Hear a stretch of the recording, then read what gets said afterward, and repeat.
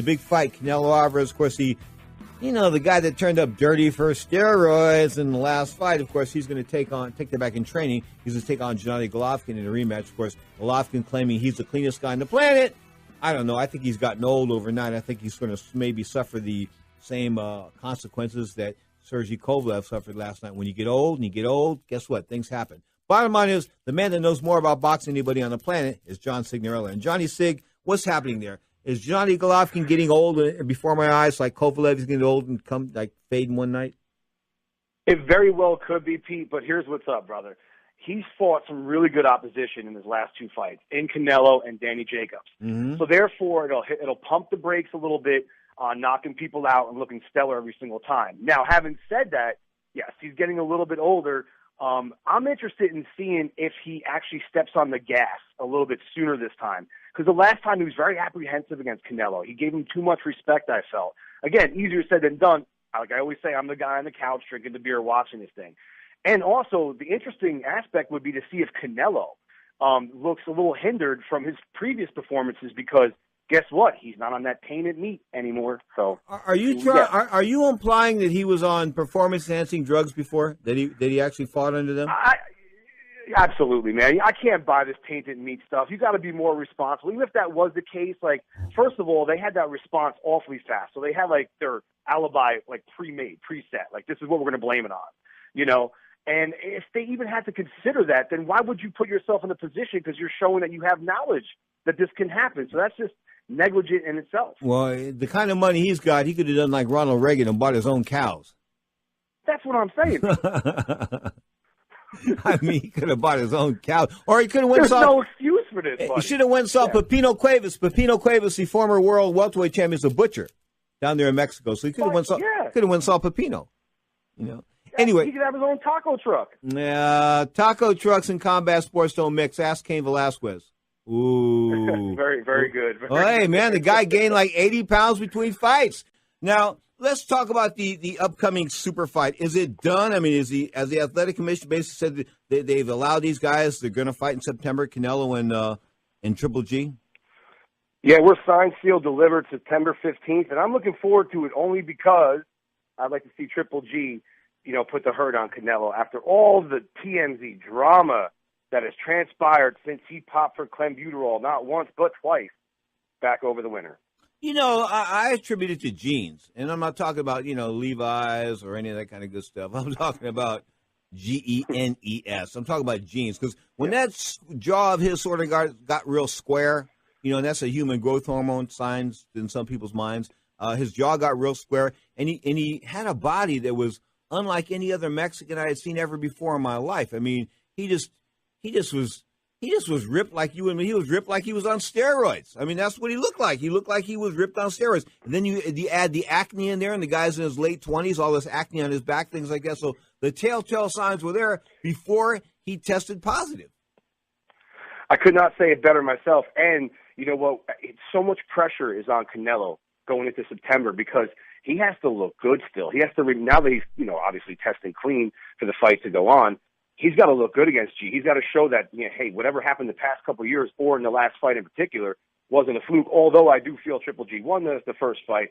I just am so over all the drama, all the controversy, from Bird's scorecard in the first fight to De La Hoya going on Twitter with all these crazy rants suggesting this and trying to put the blame on Triple G for all this. I'm like, hey, man, this guy's giving your team so many concessions, and I understand that Canelo is the A side, but at this point in time, I am just so over it, and I really hope the Triple G that I know is capable to beat Canelo shows up September 15th in a very exciting fight here in Vegas. Judge Adelaide Bird, of course, scored the fight 10-2, I believe, for Canelo. It was pretty one-sided there in her mind. Of course, I saw her on the boat. We were in Cuba. I saw her actually in Cuba, in Havana, Cuba, right into her and her husband, and she was apologizing for the score there. I said, don't apologize to me, don't apologize to me. She said that when she watched the fight again, she saw it a little bit differently. Yeah, I guess you would if it wasn't a 10-2 fight. But here's what's up. Here's the thing with Triple G. I think he's old. I think he may even be lying about his age. I mean, he comes from the Uzbekistan or one of the stands over there, and it's very easy for guys to lie about their age in certain countries, in Cuba and the former Soviet Republic. I come to mind as far as guys about lying about their age? I always thought that Joel Casimir, the 1992 Olympic gold medalist, was like 95 going on 106 when he said he was like 28. I mean, good Lord, man. Anyway, they tend to fib as far as their age is concerned. I wonder if Triple G isn't older than he is, and has he finally got to that point where he gets old overnight? In other words, the last fight, although he won the fight in your mind, he didn't go out there and look stellar. He wasn't like he didn't look Triple G. No, he did not. And here's what's up, man. Yes, I think age has a lot to do with it. Level of opposition has a lot to do with it too. Danny Jacobs, before that, great fighter before the Canelo fight. Very, very close fight. I actually thought that fight was closer than the Canelo fight. And then, he's facing Canelo. He showed Canelo a little bit too much respect. Now, easier said than done. I'm not the man in the ring. I'm the one drinking a beer watching this thing and analyzing it. You know what I mean? So it's a little different. But for me, it's just like Triple G does, having said all this and considered it, it does look like he's lost a little step overall. So when you lose a little step, you're facing a guy that's younger than you, but there's a guy who, of course, says that has had both the psychological and physical advantage of performance-enhancing drugs. Isn't he ready for the Just for Men crowd? I mean, I'm talking about gray hair and that kind of good stuff. I mean, he's getting old, man. Dude, what's with the picture that HBO puts up for his fights? His hair is so gray, he looks like Steve Martin, the actor. And they've been doing this for years. I'm like, man, they make Triple G look terrible here, But no, it seems like he's aging. You had mentioned last week that you questioned the factual age, and that's very possible. I don't know if it's easy to lie when you come from another country as far as your age is concerned. I mean, you just can't. I mean, I'm sorry. I mean, especially I told you the Cubans were so guilty of that, man. I couldn't believe it. One guy said to me, he goes, so what if I lie about my age? Only my mother knows. See, that's just the way it was. Only his mother knew. You're tuned to the Mighty Sports Byline broadcast, and we're talking MMA, particularly boxing right now, of course, with Johnny Sig of Las Vegas, Johnny Signorella. Bad blood between these two guys it's legit, the bad blood. You heard it on the teleconference, didn't you? Oh, God. I swear these guys hate each other, dude. I was feeling it through the phone, Both camps are totally, thoroughly discussed it with each other. And I think we're going to get a real nice look in this fight of just hostility towards each other in terms of aggression and how they – I think we're going to get a real good fight here, Pete. That conference call was it was tense, to say the least. I don't see this fight going 36 minutes. Neither do I. Absolutely not. Not this time. Not with the animosity involved. I mean, I just don't. I think that with what's on the line, I think Golovkin's going to be willing to gamble a little bit more than he did last time. Of course, a lot of people think he won 7-5, but anyway you look at it, if he won 7-5, you throw one round the other way, it's a 6-6 fight. Feel me? Oh, make no mistake, it was a close fight. I think the main hostility people had towards the scorecard was the one that was 8 rounds, 10 rounds to 2 in favor of Canelo. That was just ridiculous. That's an insult to everyone's intelligence, But this time, I do think we get more of a fire fight. I think both guys need to know what to do this time going in to get the win. Is Las Vegas heating up for this Gennady Golovkin-Canelo rematch? Absolutely, man. And they're starting their press tour. I know that they had some bad blood, but now they're starting to understand that there's a business to this thing, and they have to swallow their pride and start, selling the fight, as we call it. And I'm looking forward to it, man. I can't wait. I think it's going to be a great affair. I think it's going to be better than the first one. And I'm interested in seeing how that layoff affects Canelo. Not many people are talking about the fact that the last time he fought was a very long time ago, and maybe with no Flintstone vitamins. Well, that's what Triple G should do. Triple G should just give him a bottle of Flintstone vitamins. I mean, that's what he should do. He should walk over in a press conference and say, look, man, I know you need a little competitive edge here. And Pedro said, send this down to you. So here's your Flintstone vitamins. He cheated probably for a good good portion of his life. Nobody cheats once. Nobody gets. I don't know anybody that cheats once and gets caught. I just don't. Like cheating on women. You don't get caught the first time. You always get caught later on down the road. The first time's like a gimme. You know what I'm saying? But anyway, maybe a subject for another day as well. Gennady Golovkin, Triple G, of course, taking on Canelo Alvarez. Their first fight, a draw. Johnny, I'll go back to the scorecards there, the Signorella scorecards. How did they have that first fight? How did you have that first fight? I had Triple G winning by a couple rounds, I believe, off the top of my head. 7-5? 113. Yeah, that sounded about right. I might have had one even in there. Let me tell you something, though. I got a scouting report for you on Canelo. And I saw a really bad habit, like especially in this fight, where when he throws a right hand, he pulls back wide, bro, and does some kind of weird quirk. Like he almost like smacks his butt or his hip or like does like an Olay type of thing. And I noticed that if you watch that fight, every round is almost the same in that Canelo, a minute and a half in, halfway through the round, starts to begin to tire. And the rounds where he really put it on G, even more so, he runs out of gas. Yeah, that's the and, knock on him. Oh, yeah. And so I think that could be an issue. Now, for Triple G, my scouting report, for him not to do is one bad flaw he has. He puts his hands up real high, crouches, leans forward, susceptible for uppercuts. And Canelo could really let his hands fly on the inside quickly. And he got nailed with a couple shots. And I was rewatching this fight recently. I realized, I'm like, man, Canelo could be real explosive on the inside. At the end of the day, I think, I keep talking about explosive activity, I think we get a knockout in this one. I'm leaning towards Triple G. You know what's funny is that I was looking at some video this week of Canelo Alvarez training, hitting the pads with his hand wraps on, and I wasn't impressed at all. I mean, his legs didn't look good. He didn't look good. And you're right. As far as that spasm or whatever he does there when he goes to throw that right hand, it's a telltale sign, and a good fighter will look for that. I mean, but is Gennady Golovkin better than a good fighter, or is he just a good fighter? And are there great fighters nowadays in 2018 in boxing? Are there anybody out there great right now? I think we have potential for greatness. We're seeing like a new class come into play, if you will. Terrence Crawford, Earl Spence, David Benavidez, Anthony Joshua, Deontay Wilder, Lomachenko, Mikey Garcia, Regis Prograis. I mean, there's a lot of names. Sarung Vasai, Inoue. You know, there's a lot of guys out there that have this potential for greatness.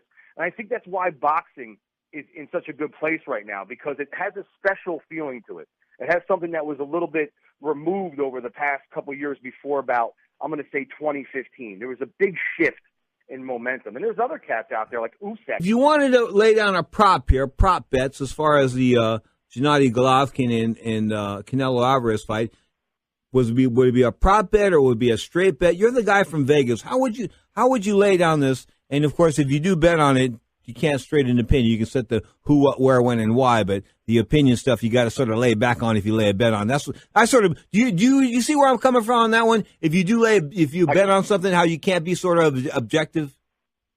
I could not agree more. 100%. Once there's money involvement in anything in life, that changes everything. Once there's money involved. Okay, so what do you think? Triple G or Canelo? If you had to bet a straight bet, what would it be? Looking at the bet sheet, Pete, I like the under, and it's funny because that gets you plus money. So they think this fight, Vegas right now thinks this fight is going to the scorecards. I don't. We spoke about this yesterday. There's a lot of bad blood here, man. A lot of animosity. And I think both guys know what they needed to correct from the first fight. Real quick, Canelo had stamina issues. Halfway through every round, he burned out. Triple G didn't go to the body enough. I tell you what, if Triple G goes to the body and closes that distance, and if Canelo still shows stamina issues, I like Canelo to get stopped by Triple G under 11 rounds. So I'm going with the under. So, all right, so what is the under over? What round is it? Is it? I mean, here's what they used to have. It used to be under like 7.5 or over 7.5. Yeah, 100%. You could pick exact rounds. Now the odds increase in your favor. For example, if you pick like say Triple G to knock out Canelo, your plus money is going to be pretty heavy there. Now, if you go the over-under saying it doesn't go 12 rounds, the money's still pretty good. I think right now it's a plus 250 for that, so that's not too bad, And that's the one thing that stands out to the most because if you look at the odds for Triple G and Canelo, it's getting very close right now. Well, the reason why it's getting close is because, the Mexicans are coming to town and they're going to bet, just like the Irish come to town. I think the Irish are going to push the line down on Khabib. And I think eventually he might end up being able to steal money on Khabib. I'm sorry, I hate to put it to you like that, but I think that's what it more boils down to, stealing money on this guy because the Irish will bet the line down so much that you may be able to get some money going the other way. In other words, Conor might end up being the favorite here. Who knows? Well, I agree with that. And I think another thing going back to G and Canelo real quick is the buyer confidence for a bet because the first fight got canceled. And a lot of people, I think even with hotels and even ticket sales, they're apprehensive to put the money out until the drug tests are passed, until we get closer to the event, and that's where you're going to start seeing some more money coming for Canelo. It'll be like, all right, what, the fight is going to happen. And I think even with Khabib and Conor, I think there's questions with Conor's, just outside of the ring behavior. Like, can he keep it together? Which is an intrigue because that's what's selling the fight right now. Dana White was saying, like, oh, this thing with the bus was the worst thing that could ever happen, and it's despicable. Meanwhile, he's sharing it on Twitter. He's sharing it on Facebook. He's sharing it on social media everywhere he can. Why? Because it's going to promote the fight. Johnny, you don't get it. Dana White said went to Conor McGregor and said, listen, I'll get you out of this, but I own you. In other words, you have to come back to the UFC and you have to fight. You have to do it under my way. You can't be talking any smack. You do it my way. Because Conor seems to be following the script as a quiet little guy this time, isn't he? Yeah, man. What did we talk about yesterday? Like, why did Dana White even make money off Conor when he fought Floyd Mayweather? Because he allowed him to go and do that boxing match while being under contract with the UFC. That's why. That's ridiculous. Okay. At the end of the day, everyone should be able to do what they want. I mean, he wasn't getting out of his contract. But here's what's up. You've got a boxer. You invested all this, or you've got a fighter. You invested all this money in this and that, and he wants to go off and do something else, like race motorcycles. You know what I'm saying? That's almost the same thing as racing motorcycles. I don't know if I want my $1 million investment racing motorcycles. You feel me on that? That's a great point, Pete. Good way to look at that right there. All right, Saul Alvarez, plus 135. Gennady Golovkin, minus 155. That's my betonline.ag, that website, of course, that steals money from me. I'm just kidding, but I don't bet money. Anyway, Anthony Joshua, minus 1,400. And Alexander Povetkin, plus 850. But back to Alvarez in the over-under here is 11.5 rounds. Minus 240, 11.5.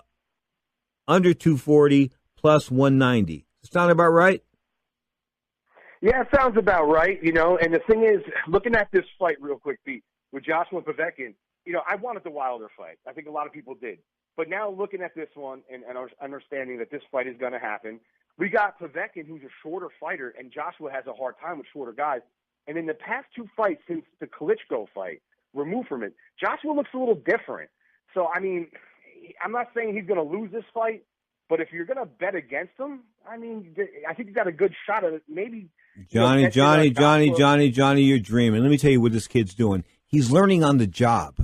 Don't you understand? He's learning on the job. He wasn't, although he captured Olympic gold, there are guys that capture Olympic gold and things like that don't have 300 or 400 amateur fights and things like that. They don't have a deep reservoir of an amateur background. And let's be honest, the guy's been learning on the job. He was anointed early as the next great heavyweight by yours truly. Of course, after, I think, who was the guy that I was pushing for that time? What was his name? David Price? Remember that big 6'7" lummox? I thought he was going to be the real. I saw him working out on the pads. I said to myself, here's a heavyweight that's got some, he's going to be okay. And man, once they hit him, he flopped. Anyway, Alvarez and Golovkin. It's going to go 12 rounds? No, not in your mind. No. Like I said, as long as they work on the adjustments, which I believe they did, I'm sure they reviewed the tape. I mean, again, if Canelo has to work on his stamina, and Triple G's got to work on being a little bit more aggressive and go to that body a little bit more. But I think we get a knockout this time, and I'm in favor of Triple G taking out Canelo this time around. Well, I'm going to bet the under at 11.5 rounds. I'm going to go with the under here. And folks, yes, I'm betting here on the air, and I know we're in the United States. You can't bet on the internet or anything like that. Yeah, right. What's funny is that the United States, some of these states are now coming into play, like Nevada is now starting to allow different aspects of gaming. And, of course, New Jersey, all those years they had the casinos in Atlantic City. They didn't have sports books. They just sort of missed the boat on that one. 100%. And they're definitely trying to reform what they have going on over there. And being originally from New Jersey, I'm glad to see it, man, because I tell you what, at one point in time, when I lived in Jersey and I come to visit Vegas before moving out here, it was cheaper for me, Pedro, to come to Vegas for 3 days, airfare and hotel accommodations included, coming out here for 3 days than it was to go to Atlantic City and stay in a room for one night. And that was only 3 hours away. I know, but Atlantic City had so much intrigue. The boardwalk, it was so cool, man. When the fights were happening there, That's what I'm saying. I mean, it just was cool back then. I don't know if you know what the Irish pub was. That was my home. It was a home of the media. I mean, it was just so cool. And of course, Mike Tyson sort of burned out Atlantic City after Tyson left. It really wasn't all that much. But Donald Trump, what can I say? He promoted some pretty good fights with Don King in Atlantic City, so you have to give him some props there. Now, I'm going to bet on the under. I'm going to tell you like this. I'm probably going to bet a little small amount, but I'm going to get plus 190. That's good money, I think. Absolutely. I mean, that's the thing that stands out the most, unless you want to go for an exact bet and try to pick the round, which is something I really don't like to mess with too much because, I mean, it's really hard to do that. That's a sucker's bet. I'm sorry, brother? That's a sucker's bet. Yeah, exactly. 100%, dude. I mean, that's a sucker's bet. I mean, come on. It's just it's like winning a lottery. Anyway, speaking of winning a lottery, each and every week with you is like winning a lottery. We'll talk real soon, Johnny Sig. Pedro, that means a lot to me. Thank you so much, everyone. Enjoy your Sunday. Ring Talk. Don't forget, you can go to YouTube.com and look at the new Ring Talk channel. Scott Cuddy is going to send up this show in a little bit. Straight up, you are tuned to the Mighty Sports Byline Broadcast Network. I am Pedro Fernandez.